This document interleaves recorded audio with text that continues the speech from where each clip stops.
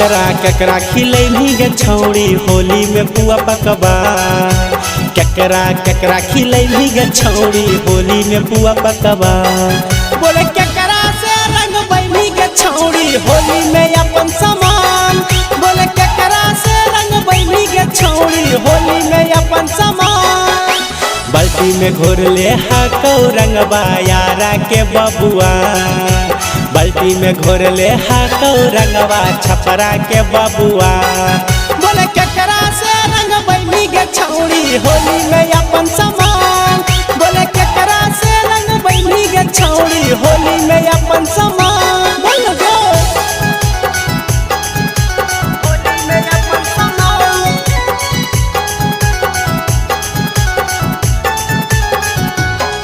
बोले केकरा से रंग बैली गे छौड़ी।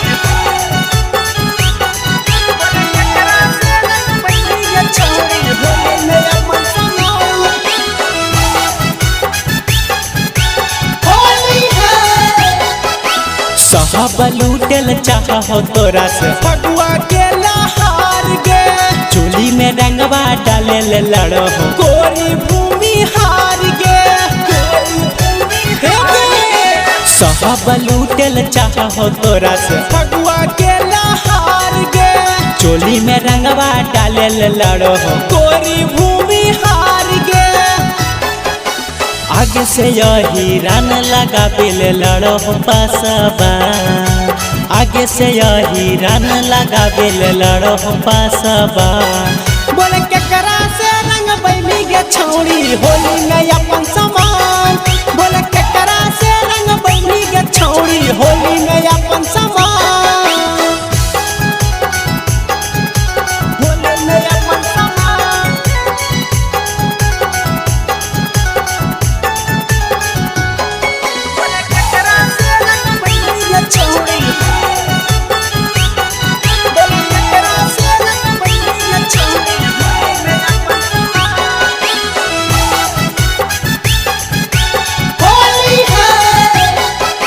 चढ़ते फागुन बढ़ल हो छौड़ी जोबन पर तोर खतरा गे। चंदू पांडे कहाँ लगई तो देखी छौड़ी पता गे। चढ़ते फागुन बढ़ल हो छौड़ी जोबन पर तोर खतरा गे।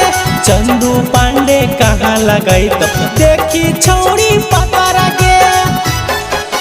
लहंगा उठा के कार्तिकवा रंग तो अंदर के सामान।